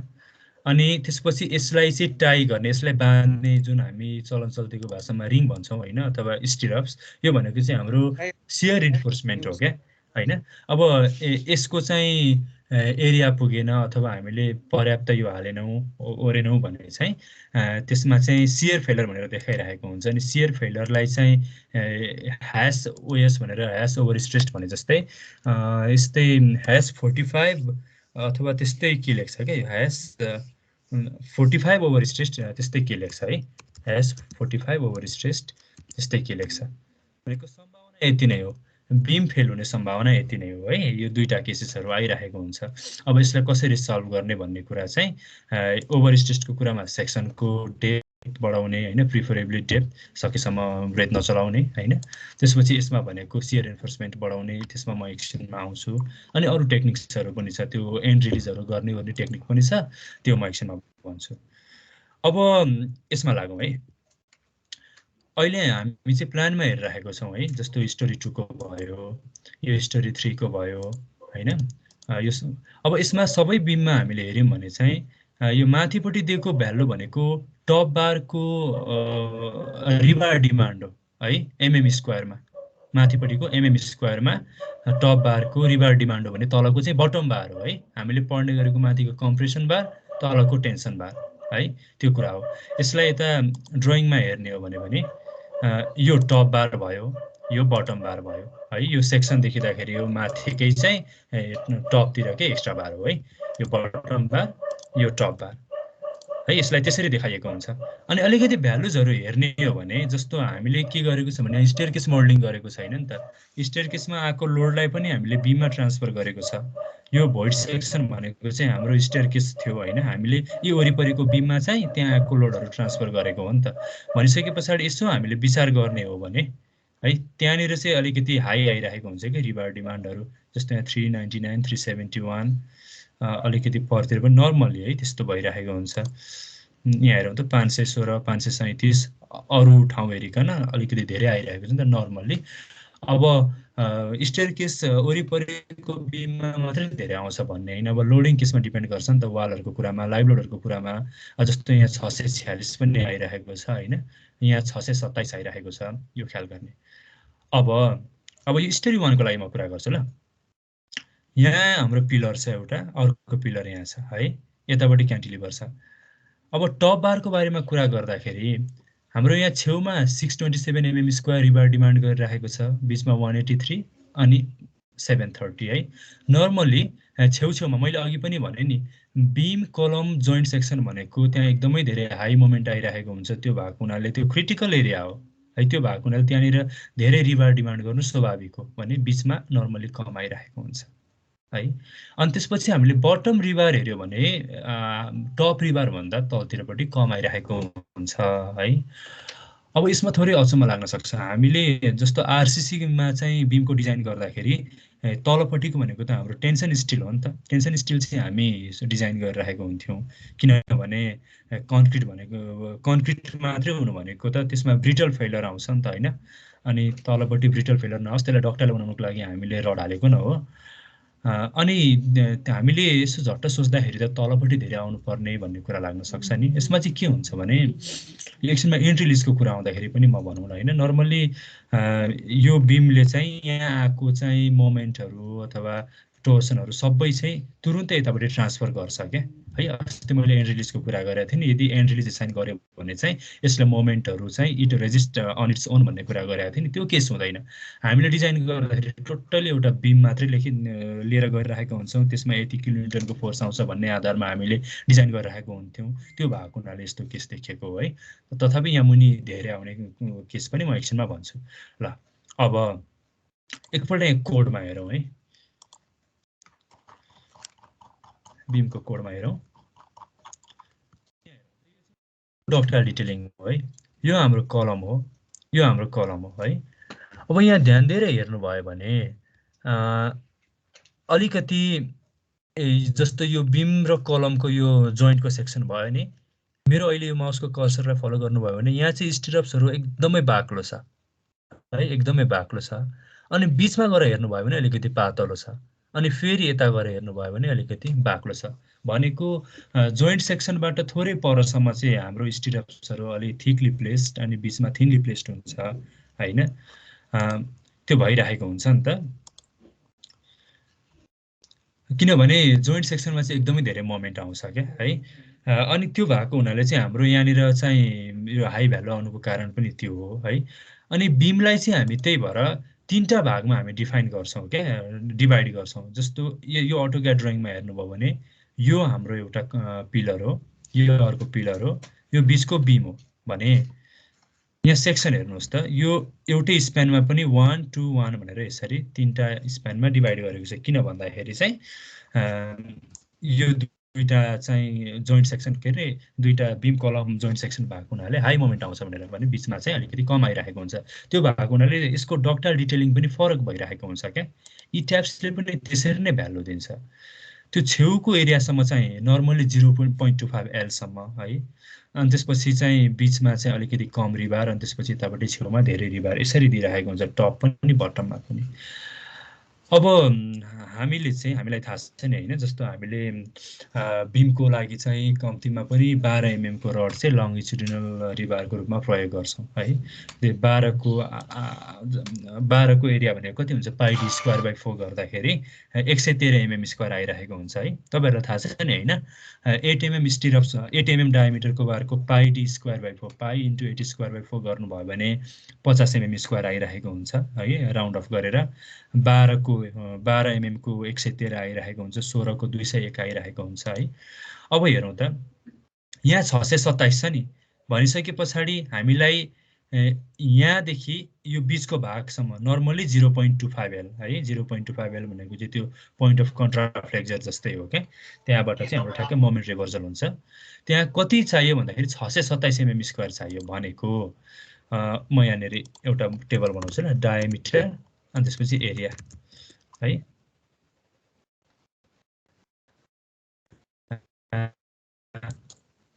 8 भन्दाखेरि 50 mm² भइरहेको हुन्छ। 12 को तपाईँको राउन्ड अफ भ्यालु 113 भइरहेको हुन्छ। 16 को चाहिँ नि कति 201 भइरहेको हुन्छ है। यस्तै यो त हामीलाई कन्ठै होला है आरसिसी पढेपछि। 20 को चाहिँ 314 भइरहेको हुन्छ। 25 को चाहिँ मलाई ठ्याक्कै थाहा भएन, 20 सम्म थाहा छ है, यसको समथिङ भइरहेको हुन्छ है। ल अब हेरौँ, यहाँ चाहिँ हाम्रो कति 627 छ नि, यहाँ 627 छ भनेपछि हामीलाई कतिवटाले पुग्यो हेरौँ त। 16 को 3टा हाल्दाखेरि पनि बल्ल 603 हुन्छ है, त्यो पुगेन नि होइन। भनिसके पछाडि 2 16 1 20 अथवा 1 16 एउटा चाहिँ 16 होइन, एउटा 16 एन्ड 1 20 हाल्नु पर्यो है। अब यहाँ अर्को कुरा पनि बुझ्नु ल, बिममा चाहिँ हामीलाई कम्तीमा पनि 4वटा थ्रु बार त चाहिन्छ नि त होइन। किनभने यो रिङ अड्याउनको लागि भए पनि हामीलाई 4वटा चाहिन्छ होइन, हामीले आरसिसीमा पनि पढेको थियो। माथिपट्टि भनेको चाहिँ हाम्रो माथिपट्टि अथवा मुनिपट्टि दुईटा किसिमको चाहिँ हाम्रो रड हुन्छ। अघि पनि मैले भने थ्रु बार अनि अर्को एक्स्ट्रा बार है। भनेपछि यो केसमा के हुने हो भन्दाखेरि हामीलाई 627 mm स्क्वायर चाहिएको छ भनिसके पछाडि के गर्न सक्छौं भने हामी दुईटा 16 चाहिँ थ्रु बार दिन सक्छौं वार पार अनि एक 20 चाहिँ एउटा 20 को चाहिँ एक्स्ट्रा दिन सक्छौं के 20 मा गएर काट्ने है हामीले त्यसरी डिजाइन गर्ने हो है यसलाई त्यसो गर्न सक्छौं अब यहाँ चाहिँ अब अर्को कुरा चाहिँ मैले चाहिँ अहिले रिबारमा कसरी चाहिँ के रे रिबार सिलेक्सन कसरी गर्ने भन्ने मात्रै कुरा गरे हैन तर अब हामीले खास कसरी हेर्ने हो म बताउँछु ल जस्तो हामी यो सेक्सनमा हेरौं ल यो भनेको 3-3 सेक्सन है यो 3-3 सेक्सन ल यसमा हेरौं यसलाई म अझै सानो बनाउँछु यसलाई काटिनै दिनु पर्यो एकछिन ल ल यो सेक्सनमा हेर्नु ल यो 3 वाला सेक्सनमा जस्तो यसको लागि चाहिँ हामीले कति रिबार चाहिन्छ भन्ने कुरा चाहिँ थाहा पाउनु पर्यो सबैभन्दा सुरुमा जस्तो हामीले यताबाट सुरु गर्ने हो भने सबैभन्दा सुरुमा टप बार असाइन गरौँ है भ्यालुज हेर्ने के यहाँ 516 छ यहाँ 472 छ भनिसके पछाडि हामीले सुरुमा चाहिँ यहाँबाट रिबार लाँदाखेरि नै यहाँ भएको म्याक्सिमम भ्यालुलाई पुग्ने गरी लानु पर्यो के अथवा यताबाट सुरु गर्ने हो भने चाहिँ यहाँ 472 छ भनेर हामीले 472 को लागि डिजाइन गर्दैनौं के 516 को लागि गर्छौं है त्यो भनेपछि समस्या हुन्छ जस्तो यहाँ हेर्यौं भने 544 है ठुलो भ्यालुको लागि हामीले डिजाइन गर्नुपर्ने हुन्छ अनि यसरी यो जोइन्ट सेक्सनमा हेर्नु भयो भने यसमा हेर्नु भयो भने हामीले चाहिँ 483 को लागि डिजाइन गरे कि 472 को लागि भन्दाखेरि 483 को लागि हायर भ्यालुजको लागि गर्ने है अब यसको केसमा हामी डक्टर डिटेलिङको कुरा गरौँ ल कति रिबार चाहिन्छ भन्ने कुरा टप बार हेरौँ यहाँनेर हेर्दाखेरि 516 छ 516 छ भन्ने बित्तिकै हामीलाई के चाहियो भन्दाखेरि 3टा 16 भयो भन्ने रहेछ है 3टा 16 गर्यो भने 603 भइसक्छ नि त हैन 3टा 16 चाहियो तर 3टा 16 कस्तो चाहियो भन्दाखेरि चाहिँ यहाँदेखि यहाँसम्म मात्रै 3टा 16 भए पुग्छ नि हैन किनभने 516 छ यहाँ त 173 मात्रै छ नि हैन अब कम्तीमा माथिपट्टि दुईटा त लानै पर्यो हैन माथि दुईटा मुनि दुईटा त हुनै पर्यो नि त रिङ अड्याउनलाई भयो नि है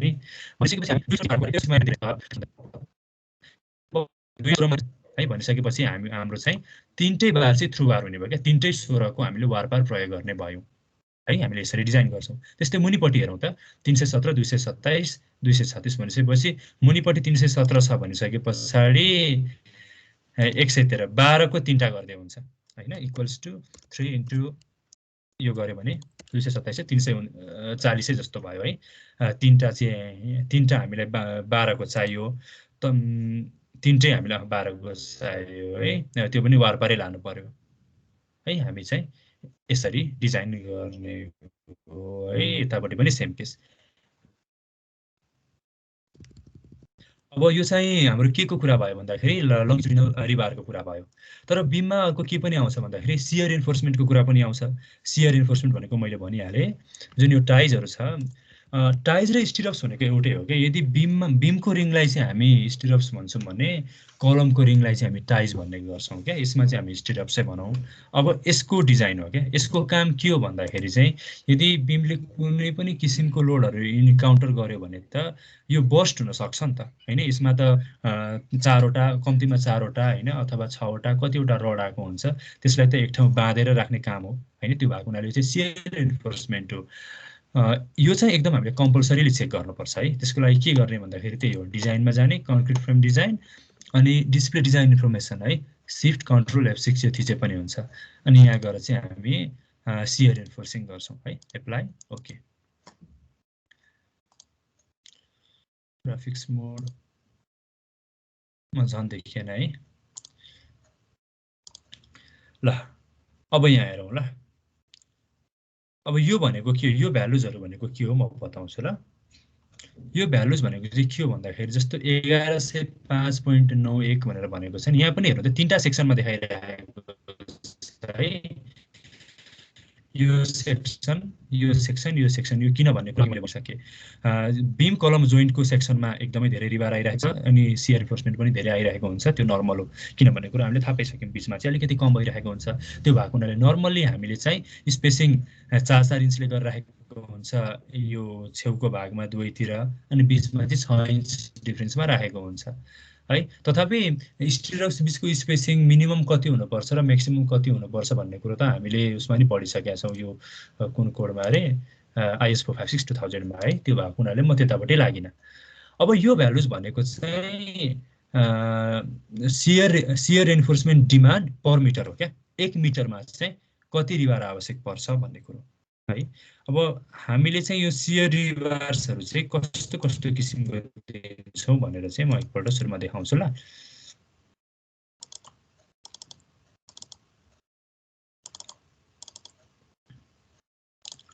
ल हामीसँग चाहिँ 1 leg stirrups, 2 leg, 3 leg, 4 leg, multiple legs है, यो हुन्छ। मैले यदि पहिला अटोक्याडको क्लास दिँदाखेरि बस्नु भएको थियो त्यति बेला पनि मैले भनेको थिएँ है। जस्तो यो 1 लेग स्टिरप्स भयो, यो चाहिँ हेयर पिन जस्तो भइरहेको हुन्छ नर्मली सिल लेभल, लिन्टेल लेभल, जुन त्यो झ्यालको तलमाथि चाहिँ 2टा रड बिछ्याउँछ नि हैन, अनि बीममा बाँधिरहेको हुन्छ नि, त्यहाँनिर त्यो 2टा रडहरूलाई बाँध्नको लागि चाहिँ यो 1 लेग स्टिरप्सहरू यसरी प्रयोग भइरहेको हुन्छ। यो पनि सियर एन्फोर्समेन्ट नै हो हैन। त्यस्तै 2 लेग स्टिरप्स भनेको चाहिँ यहाँ हेरौँ त, यो किसिमको है। हामीले फ्रिक्वेन्टली देख्ने गरेको भनेको 2 लेग स्टिरप्स हो है, 2 लेग स्टिरप्स हो, यो किसिमको पनि हुन्छ हैन। त्यस्तै गरेर 3 लेग भनेको चाहिँ हेरौँ त, यहाँ 2 लेग स्टिरप्स आयो हरियो, अनि त्यसपछि हामीले अर्को हेयर पिन बेन्ड जस्तै 1 लेग स्टिरप्स दिँदाखेरि जम्मा 3 लेग स्टिरप्स भयो। अनि 4 लेग स्टिरप्स भनेको चाहिँ सिमिलरली 2 लेग भयो यो, अनि त्यसपछि 3 लेग, 4 लेग यसरी बनाएको छ। आवश्यकता अनुसार हामीले जति लेग पनि बनाउन सक्यौँ हैन। त्यो आवश्यकता के हो भन्ने नै हामीले पढिरहेको छौँ।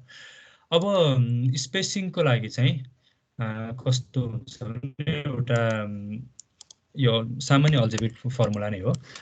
जस्तो हामीले यदि 2 लेग स्टिरप्स प्रयोग गर्ने हो भने हैन, 2 लेग स्टिरप्स प्रयोग गर्ने हो भने यो चाहिँ के हो भन्दाखेरि स्टिरप्स डिमान्ड पर मिटर हो है। पर मिटर 1 मिटरमा चाहिँ हामीलाई यति चाहिन्छ भन्ने हो। अब यो चाहिँ फिजिबल छ कि छैन भनेर चेक गर्नु पर्यो क्या। त्यो फिजिबिलिटी चाहिँ हामी चाहिँ स्पेसिङको आधारमा गर्छौँ। त्यो भनेको चाहिँ स्पेसिङ कति हुनुपर्छ त्यति फुलफिल गर्नको लागि भन्ने कुरो। त्यो भनेको चाहिँ जस्तो नम्बर अफ लेग्स हैन टाइम्स एरिया अफ स्टिरप्स, यो कसरी आयो भने कुरा सामान्य अल्जेब्रा है, इन्टु पर मिटरमा हामीले गरिरहेको हुनाले 1000 ले मल्टिप्लाई गरे है, एमएममा गरेको, डिभाइड बाई यति, divide by shear demand. Shear demand भनेको चाहिँ अहिलेकै कुरा यहाँ कति आएको छ 1105.91 हैन, 1106 नै आएको छ। अब जस्तो यहाँ हेरौँ त, मानौँ हामीले चाहिँ 2 लेग स्टिरप्स प्रयोग गर्ने भयौँ भने नम्बर अफ लेग्स भनेको चाहिँ के हुने भयो भन्दाखेरि 2 हुने भयो हैन, इन्टु एरिया अफ स्टिरप्स भनेको चाहिँ हामीले अहिलेको रिसेन्ट कोडको प्रोभिजन अनुसार 8 mm भन्दा तलको सियर रिबारहरू चाहिँ हामीले प्रयोग गर्न पाउँदैनौँ है।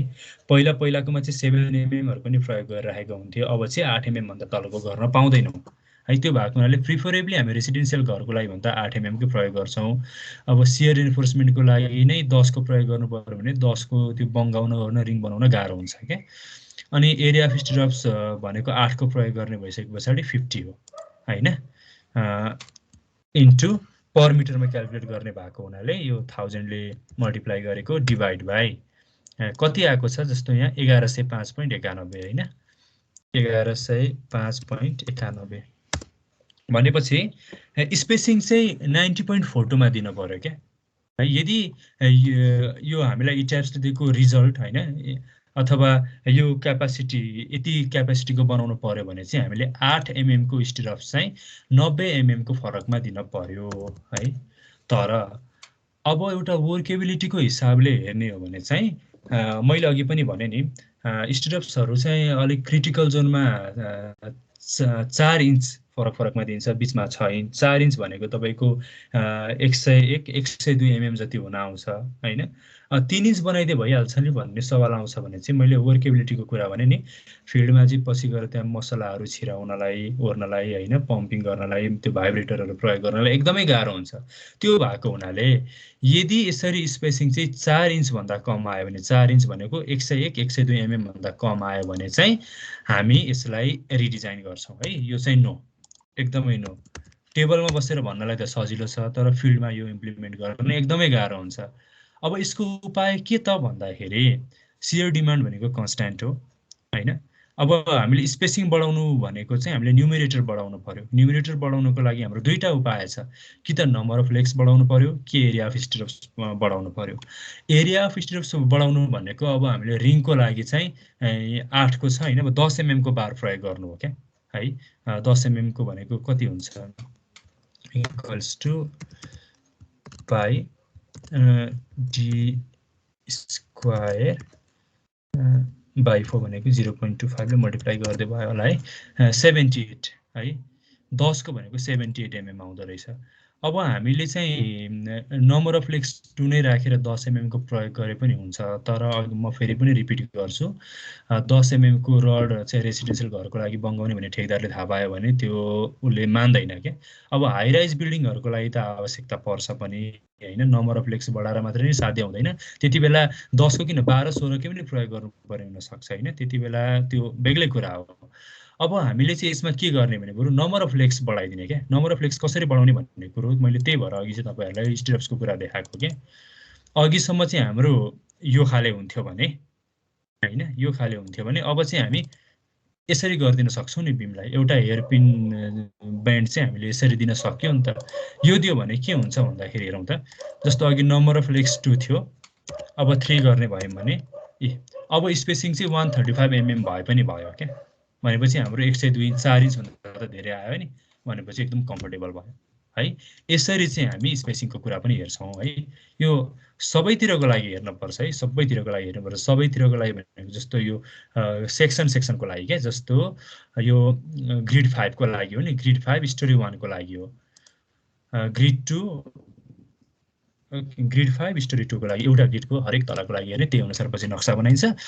त्यो स्ट्रक्चरल ड्राइङको कुरा भयो है। ल, बीममा हामीले हेर्ने कुरा भनेको सरसर्ती यति नै हो। अनि अर्को कुरा के पनि ख्याल गर्ने भने, जस्तो अघि मैले दुईटा किसिमको समस्याहरू भने, एउटा ओभर स्ट्रेसको समस्या, अर्को भनेको सियर फेलियरको समस्या। यदि बीम ओभर स्ट्रेस भयो भने त हामीले त्यसको सेक्सन बढाएर त्यो सल्भ हुने भयो, मैले त्यो भने।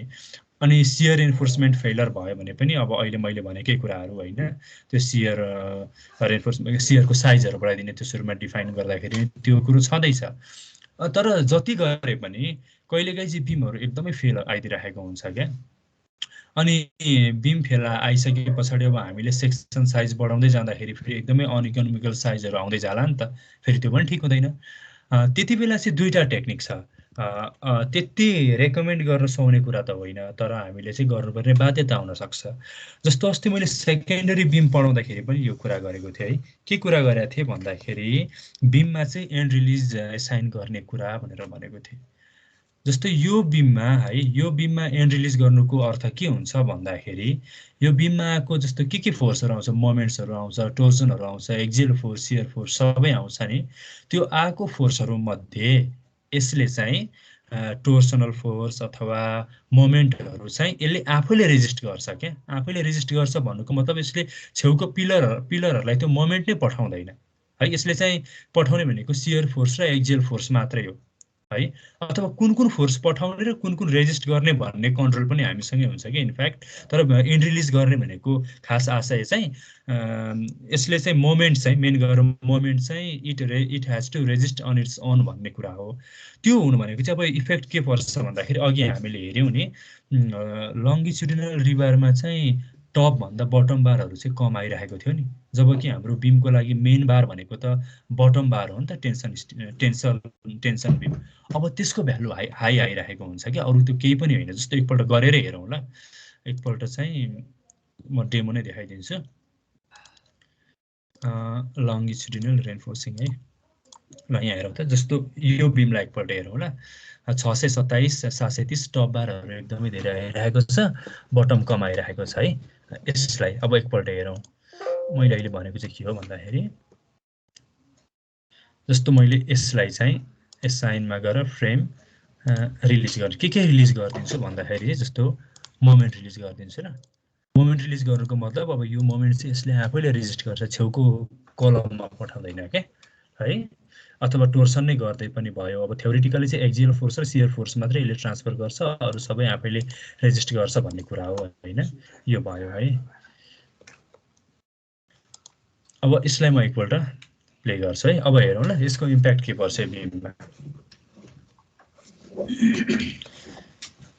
डिजाइन स्टार्ट डिजाइन चेक है। ल अब यहाँ हेरौँ त, टप बार चाहिँ यसले अथवा कम्प्रेसन बार चाहिँ कम डिमान्ड गर्यो भने बटम बार चाहिँ हाई डिमान्ड गर्यो है। त्यो एड रिलिज गर्नुको अर्थ यति नै होला। यदि यो कुरा बुझ्नुमा कम्प्लेक्सिटी भएको थियो भने कुरा यति नै हो। यसले चाहिँ मेन स्टिलहरू बढाइदिन्छ क्या। माथिपट्टि आउने डन्डीहरू चाहिँ अब कम हुने भयो, तलपट्टि चाहिँ धेरै हुने भयो। यसमा हुने त्यति नै हो है।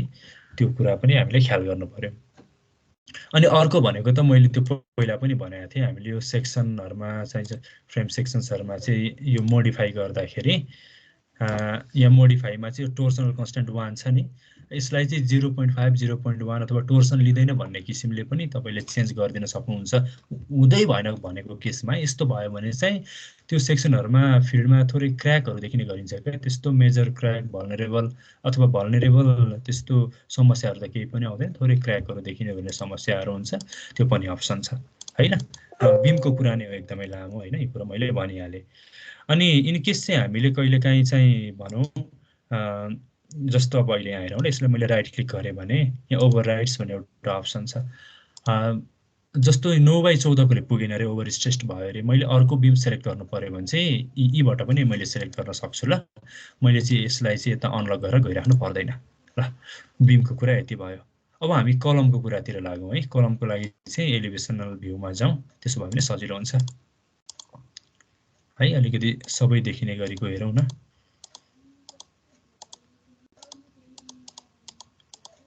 ल यसलाई हेरौँ है।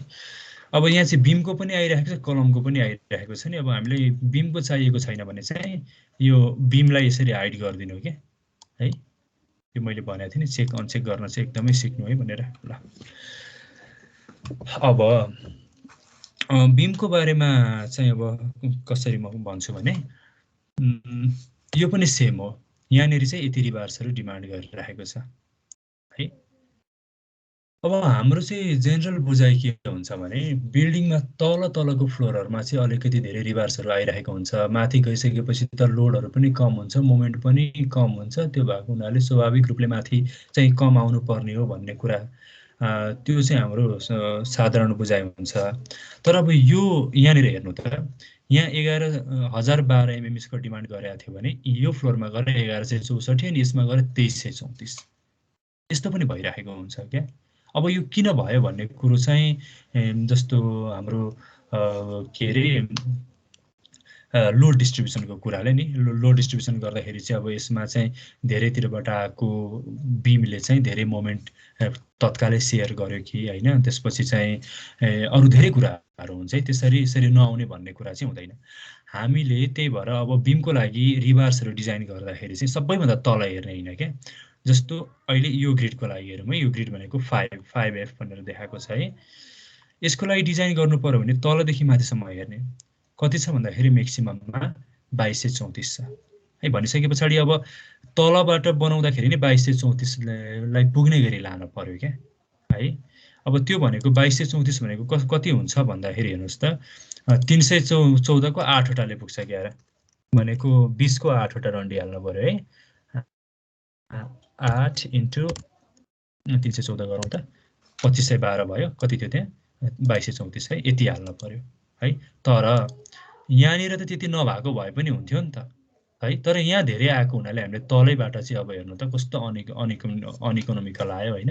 अब यसलाई चाहिँ हामीले फेरि पनि के कारणले आएको रहेछ भनेर एकपल्ट रिएनालाइसिस गर्न सक्छौँ है। यो कुराहरू ख्याल गर्ने।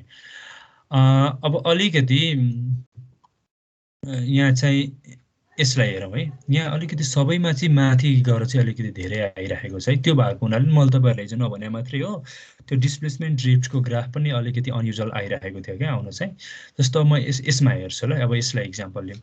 सबैभन्दा तल 2091 एमएमएसको डिमान्ड गरेको छ, अनि 1350, 1651, यहाँ पनि इन्क्रिजिङ डिक्रिजिङ एकदमै भइरहेको छ है। यहाँ चाहिँ अलिकति कस्तो आएको रहेछ है यसमा, हेर्नु त हरेकमा पो त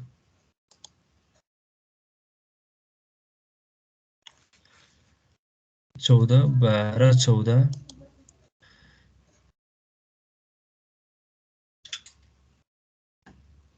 हरेकमा यस्तो आएर चाहिँ यो यसलाई चाहिँ एकपल्ट मजाले चेक नै गर्नुपर्छ। हरेकमा आउनु भनेको त अनिकोनोमिकल आउनु हो होइन। ल ठिकै छ, अहिले म अब यसकै आधारमा गर्छु होइन। अलिकति चाहिँ यसमा ठिकै आइरहेछ ल, जस्तो है अब यहाँ 1855 छ अरे है। अब म तपाईँहरूलाई सबैभन्दा सुरुमा चाहिँ एउटा कलम रिभा रुल्स भनेर देखाउँछु है।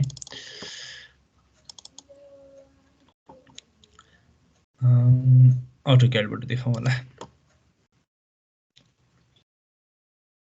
कोडबाटै ल। अब यो कलमहरूमा चाहिँ कसरी कर्टेलमेन्ट गरिन्छ ओरिन्छ त्यो कुराहरू हेरौँ ल।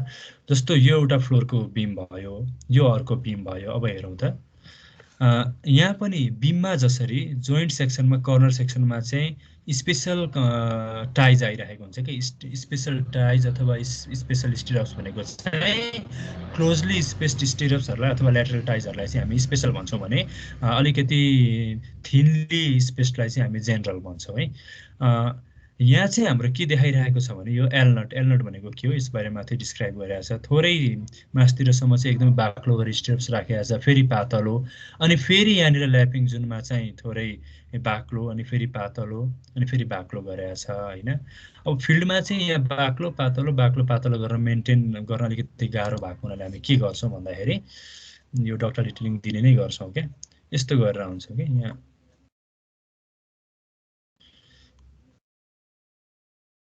यहाँ हेरौँ त, यसलाई थोरै सिम्प्लिफाई गरेको है। जस्तो यो फ्लोरको हाइट चाहिँ 9 फिट 4 इन्च भनेर यहाँ देखाएको छ नि। यहाँदेखि 25% हाइटसम्म h/4सम्म चाहिँ हामी 4 इन्ची सेन्टर टु सेन्टर दिन्छौँ होइन। 100 mm भनेको लगभग 4 इन्ची भनेको क्लोजली स्पेस्ड अथवा स्पेसल टाइजहरू दिन्छौँ।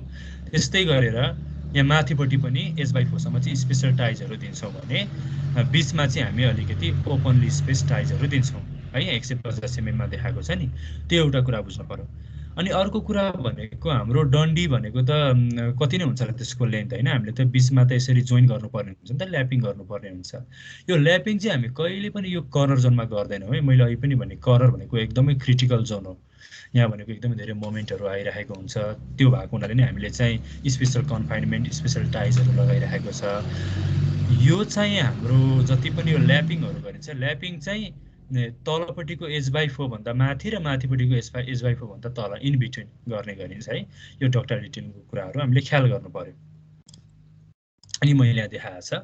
अनि त्यसरी जोइन गर्दाखेरि चाहिँ हामीले यसरी जोइन गर्नु पर्यो हुन्छ, थोरै बेन्ड गरेर। कतिमा बेन्ड गर्ने भन्ने कुरा हाम्रो त्यो कोडमै दिएको छ है। हामीले आरसिसी पढिसकेको हुनाले म यसलाई ओभर एक्सप्लेन म केही पनि गर्दिनँ है। यो भयो, हेरौँ त यहाँ पनि देखाएको छ। यसरी सिधा लानु भएन, यसको लाइन अफ एक्सिस जुन हाम्रो एक्जियल फोर्सको लाइन अफ के अरे फोर्स लाइन हुन्छ, लाइन अफ फोर्स, त्यो चाहिँ एउटै बनाउनु पर्छ क्या अल्टिमेटली है। हेरौँ त यसरी एउटै बनाउनु पर्छ। अनि त्यस पछाडि अर्को इम्पोर्टेन्ट भनेको चाहिँ मानौँ यहाँबाट चाहिँ 4वटा तलबाट डन्डी आएको थियो। अब माथि हामीले 4वटै चाहिँ ल्यापिङ गरेर लानु पर्यो भने ल्यापिङ चाहिँ एउटै सेक्सनमा गर्नु हुँदैन क्या सबै है। एउटा सेक्सनमा चाहिँ 50% भन्दा धेरै गर्नु हुँदैन है। त्यो भनेको चाहिँ यहाँ अझै राम्रोसँग देखाएको छ, मैले जुम गर्छु। जस्तो यहाँ एउटा ल्यापिङ गरेको छ, जम्मा 4वटा बार हो नि त यहाँ। भनेपछि एउटा सेक्सन भनेको एउटा आरएलमा चाहिँ 2टा रिबार भन्दा धेरै यसरी ल्यापिङ गर्न पाइएन है। अनि अर्को 2टा ल्यापिङ चाहिँ अर्को चाहिँ आरएलमा हुनु पर्यो अर्को सेक्सनमा है। यो सामान्य यो डक्टर डिटेलिङको कुराहरू चाहिँ हामीले ख्याल गर्नु पर्यो है। दिएको छ हेर्नु त, यो फिल्डको एउटा फोटो हो, यो एकदमै रङ छ, यसो चाहिँ गर्न पाइएन ल। यस्तो कुराहरू हामीले ख्याल गर्न पर्यो है। त्यो एउटा कुरा भयो। अनि अर्को कुरा भनेको चाहिँ के हो भने अब यहाँनिर कति रिभार्स चाहिने भन्ने कुरो त हाम्रो आइ नै हाल्यो होइन। जस्तो 1452 भनिसके पछाडि हामीलाई कतिवटा चाहियो भन्दाखेरि 16 को 8 दुना 16, 16 को 8वटा भइ पुग्ने रहेछ हैन 16 को 8वटा भए पुग्ने रहेछ यहाँ 16 को 8 चाहियो तर अब यहाँ त 16 को 8वटा नभए पनि भयो नि त अब सबैतिर 16 को 8 लग्यो भने त अनइकोनोमिकल हुने भयो त्यसको लागि चाहिँ हामीले कटेलमेन्ट गर्दै लानुपर्ने हुन्छ कि त्यो कसरी गर्ने भन्ने चाहिँ म इक्जाम्पलको लागि यहाँ गर्छु ल यहाँ एउटा त्यस्तै केस थियो ल जस्तै यहाँ हेरौँ ल जस्तो ग्राउन्ड फ्लोरमा चाहिँ हाम्रो 3टा किसिमको कलम आएको रहेछ है हामीले यसरी क्याटेगोराइज गर्यौं है यो डक्टल डिटेलिङको काम चाहिँ आफूले नगरुन्जेलसम्म अलिकति झन्झटिलो छ है अब यसलाई चाहिँ म अहिले सरसर्ती भनिदिन्छु ग्राउन्ड फ्लोरमा 3टा किसिमको पिलरहरू आयो C1 C2 C3 जसमा C1 मा चाहिँ 416 र 412 को डन्डी हाल्यौं C2 मा 816 को भने C3 मा 420 र 416 अब फर्स्ट फ्लोरमा गएर है यहाँ C1 थियो यो C1 कै माथिकोलाई C1 भन्ने हो के एउटै लाइन अफ एक्सिसमा भएकोलाई यहाँ 416 र 412 थियो भने यहाँ नि 416 र 412 नै हालेको छ फर्स्ट फ्लोरमा सेकेन्डमा पनि 416 र 412 नै हालेको छ थ्रु आउट एउटै हालेको छ हैन अनि C2 को 816 हालेको छ यहाँ नि 816 हालेको छ C2 फर्स्ट फ्लोरमा पनि सेकेन्डमा 416 र 412 हालेको छ है अब यो C3 भन्ने कलम हेरौँ त हाम्रो रिबार डिमान्ड चाहिँ 420 र 416 को आएछ के यहाँनिर चाहिँ एकदमै हाई डिमान्ड गरेछ है अब अर्को फ्लोरमा जाँदाखेरि त्यति डिमान्ड नगरेको हुन सक्छ नि त के गर्यो भन्दाखेरि 8वटा 16 को गर्यो अब यहाँ ध्यान दिनुपर्ने कुरा चाहिँ के हो भने नि यहाँ 4वटा 20 अनि 4वटा 16 को थियो नि अब यहाँ चाहिँ 8वटा 12 कोले नै पुग्थ्यो भने 8वटा 12 कोले नै पुग्थ्यो भने पनि अब हामीले 8वटा 12 गर्न मिल्दैन क्या कम्तीमा यो भन्दा अगाडिको सेक्सनको 50% बार चाहिँ हामीले कन्टिन्यू गर्नै पर्ने हुन्छ 50% बार जस्तो यहाँ 4वटा 16 थियो नि 4वटा 20 4वटा 16 अब माथि कम डिमान्ड गर्ने भइसके पछाडी 20 को त चाहिएन तर 8वटाको 50% भनेको 4वटा हो यो फ्लोरमा कम्तीमा पनि 4वटा 16 कन्टिन्यू हुनै पर्छ भनेपछि यहाँ 4 16 आउने भयो अनि अर्को 4 12 गरेको भए पनि हुन्थ्यो होला तर अर्को 4 12 गर्दाखेरि चाहिँ एरिया नपुग्ने भएको हुनाले 8 16 नै गर्यो है यहाँ त्यसरी 8 16 आयो अब अर्को फ्लोरमा जाँदाखेरि चाहिँ यहाँ 8 16 छ नि अब कम्तीमा अर्को फ्लोरमा जाँदाखेरि हामीलाई 4 16 चाहिँ अनिवार्य चाहिन्छ के हेरौँ त 4 16 गर्यौं अनि बल्ल 4 12 गर्यौं है यो कुरा पनि हामीले ख्याल गर्नु पर्यो है बीममा हामीले ख्याल गर्नुपर्ने कुरा यति नै हो अब अर्को हामीले हेर्ने भनेको चाहिँ बीम र कोलमको मेन कुरा अनि यसमा पनि हामीले हेर्नुपर्छ अहिले लङ्गिट्युडिनल रिबारको कुरा हेरौँ यसमा नि सियर रिइन्फोर्सिङ हेर्नु तर यसमा चाहिँ मजाले पुगिरहेको हुन्छ हेर्नु त एकदमै कम भ्यालु आइरहेको हुन्छ यसमा चाहिँ प्रशस्तै पुग्छ है अहिलेकै टेक्निकको यसमा त्यति सिग्निफिकेन्ट त्यो सियर फोर्सहरू त्यस्तो आउँदैन है बीममा जस्तो त्यो भइहाल्यो अनि अर्को हामीले हेर्ने भनेको चाहिँ यहाँ गएर हेर्नुभयो भने अघि मैले भने नि बीम कलम क्यापासिटी रेशियो बीम कलम क्यापासिटी रेशियो भनेको के हो हाम्रो फिलोसफी भनेको स्ट्रङ कलम विक बीम भएको हुनाले बीम कलमको भ्यालु त लेस देन 1 आउनु पर्यो अथवा कलम बीमको ग्रेटर देन 1 आउनु पर्यो नि सरसर्ती हेरे हुन्छ यो सरासर पास भएकै हुन्छ यी सबै लेस देन 1 नै छ है यसमा केही फरकै पर्दैन है नत्र भने अघि मैले भने जस्तै बीसीसी भनेर त्यो आइहाल्छ अब हामीले यहाँ अर्को हेर्ने भनेको चाहिँ नि पर्सेन्टेज अफ स्टिल पर्सेन्टेज हेर्ने होला रिबार पर्सेन्टेज यो चाहिँ एकदमै इम्पोर्टेन्ट है यसमा चाहिँ म बीममा पनि चेक गर्छु अब हाम्रो के छ भने नि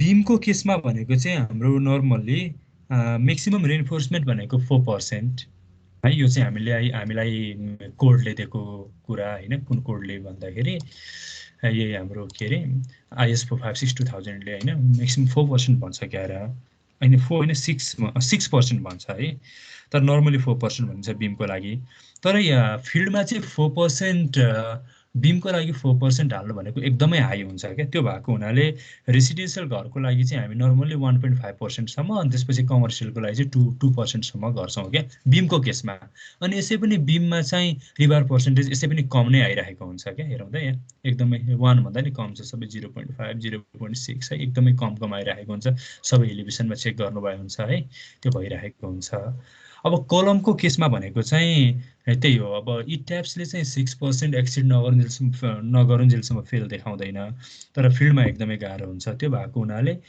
कलममा पनि पिलरमा पनि हाम्रो यदि रेसिडेन्शियल बिल्डिङ हो भने 3% भन्दा एक्सिड नगराउने हैन रेसिडेन्शियल हो भने 4% सम्म ठिकै छ है अब यदि अब अलिकति यहाँ धेरै कता आएको छ हेरौँ त सबै 2% भन्दा कम नै छ है प्राय जस्तो हेरौँ ल यहाँ 2.4% आएछ नि हैन माथि गएर चाहिँ कस्तो ठुलो आइदिएको छ क्या अलिकति एबनर्मल रहेछ बिल्डिङ यसलाई मैले हेर्नु छ अब यदि स्टिल पर्सेन्टेज धेरै आइदियो भने के हो, स्टिल पर्सेन्टेज रिबार पर्सेन्टेज भनेको चाहिँ कुनै पनि स्ट्रक्चरल सेक्सनमा कति रिबार छ अनि त्यसपछि त्यसको सेक्सन साइज कत्रो छ त्यसको रेसियो नै हो। त्यो भयो भने चाहिँ यसरी पर्सेन्टेज एक्सिड गर्यो भने चाहिँ हामीले बिमको साइज बढाउनु पर्छ अथवा कलमको साइज बढाउनु पर्छ है। त्यो कुराहरू चाहिँ हामीले हेर्ने। लगभग यति नै हो। अनि अर्को पनि एउटा छ ल, हाम्रो लगभग टाइम त सकिसक्यो, म सरसर्ती भनिदिइहाल्छु। लगभग हामीले बिम र कलमको डिजाइनमा हेर्ने कुराहरू मैले सरसर्ती भनिदिएँ ल। अलिकति स्ट्रक्चरल ड्रइङ पनि गर्ने हुँदाखेरि चाहिँ ठ्याक्क अरू क्वेसन्सहरू पनि आउँथ्यो होला। अहिले बुझे जस्तै लाग्छ, तर एकदमै धेरैलाई हेर्दाखेरि चाहिँ अलिकति गाह्रै हुन्छ क्या। सुरुमा केही समस्या पऱ्यो भने मलाई भन्ने हुन्छ। अनि अर्को एउटा अप्सन पनि छ क्या, जस्तो अहिले त हाम्रो अटोमेटिक पास भयो होइन। जस्तो अटोक्याडले के अरे इट्याप्सले चाहिँ यदि यो सेक्सन चाहिँ फेल भयो अथवा पास भयो भन्न सक्छ भने यसले यो पनि भन्न सक्छ कि यो राख्दाखेरि चाहिँ हाम्रो स्ट्रक्चर पास हुन्छ है पनि त भन्न सक्छ होइन। त्यसको लागि चाहिँ हाम्रो यहाँ डिफाइनमा गएर सेक्सन प्रोपर्टिजमा चाहिँ एउटा अटो सेलेक्ट भन्ने पनि अप्सन हुन्छ क्या है। भनेको यसले चाहिँ पास गराउनको लागि आफै रिक्वायर्ड सेक्सन चाहिँ छानिदिन्छ क्या। सेम हो, यसमा एड न्यू प्रोपर्टी गर्ने अनि यहाँ एउटा अटो सेलेक्ट लिस्ट भन्ने छ है, यसमा क्लिक गर्ने। जस्तो बिमको लागि बिम अटो सेलेक्ट है, अटो सेलेक्ट भनेर म लेख्छु। अनि त्यसपछि हाम्रो यो चाहिँ कन्क्रिट हो। अनि यहाँ चाहिँ हामीले डिफाइन गरेको सेक्सनहरू अनि हामी के राख्ने भन्ने कुरा। जस्तो हामीले बिमको लागि गरिराखेको छ भने यो दुईटा बिमलाई चाहिँ हामी यतातिर लगाउँ अनि त्यसपछि यसलाई ओके गरौँ है। यो भयो। त्यस्तै गरेर हामी कलमको लागि पनि बनाउन सक्छौँ है। कलमको लागि पनि अटो सेलेक्ट कलम है, स्टिल छ, यसलाई कन्क्रिट बनाउनु होइन। कलम 12x12 14x14 यस्तोमा चाहिँ हामीले धेरैवटा सेक्सनहरू डिफाइन गर्ने क्या है। त्यो भयो भने यसले चाहिँ आफ्नै इन्ट्युसनले चाहिँ उ गरिदिन्छ है। अनि त्यसपछि अर्को के गर्नु पर्यो भने हाम्रो त यहाँ अलरेडी एसाइन गरेको छ है। त्यो भएको हुनाले जस्तो सेलेक्ट प्रोपर्टिज फ्रेम सेक्सन्स सबै बिमहरूलाई सेलेक्ट गरौँ है। बिम 9x12 र 9x14 सबैलाई है। यसरी सबै सेलेक्ट भयो देखियो नि। अब हामी यसलाई एसाइन के गरिदिउँ भन्दाखेरि frame section property auto select beam auto select है, यो गरिदिउँ भने कुन हाल्नु पर्ने यसले आफैले हाल्छ क्या। यहाँ जस्तो प्लानमा गयौँ भने प्लानमा स्टोरी 1मा जाउँ है, अथवा यतापट्टि हेरेर मैले हेरौँ त यसले चाहिँ आफै हालिदिन्छ क्या कतिले पुग्छ भन्ने कुरो। अनि त्यस्तै गरेर हामी चाहिँ सेलेक्ट 3D पनि भयो भने सजिलो हुन्छ होला। सरी यतापट्टि 3D बनाऊ है। सेलेक्ट प्रोपर्टिज अनि फ्रेम सेक्सन्स है। कलम 12x12 र सबै हामी कलमहरू चाहिँ सिलेक्ट गरौँ। सबै सिलेक्ट भयो होइन। अनि त्यसलाई चाहिँ हामी के एसाइन गरिदिउँ भन्दाखेरि त्यस्तै नै अटो सेलेक्ट कलम गरौँ है, एप्लाई गरौँ। र यसो गऱ्यो भने चाहिँ अब यसले चाहिँ यसो भयो भने चाहिँ हाम्रो पछि फेल नै आउँदैन क्या। यसले पास हुने गरी आफै सेलेक्ट गरेर भनिदिन्छ है। अरू प्रोसेस सेम नै हो ल। यो पनि एउटा अप्सन छ, तर अलिकति हाम्रो नियन्त्रणभन्दा बाहिर भएको हुनाले यो कुरा अलिकति अनइकोनोमिकल सेक्सनहरू देखाउने हो कि गर्ने हो कि भन्ने मात्रै यसमा डर हो। ट्राई गर्नुभयो हुन्छ है। ल डिजाइनको पोर्सन यति नै हो, बाँकी कुरा हामी भोलि हेरौँला है। आजको कुरामा कसैलाई के भन्नु छ?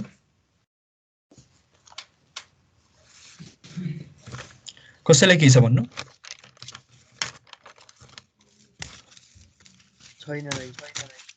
छैन है। ल अब हामी भोलि चाहिँ सियर वाल स्ल्याब फुटिङहरू भोलि र पर्सिमा हामी सघाउँछौँ रिपोर्ट। अब पर्सिसम्ममा हाम्रो क्लासहरू सकिन्छ है।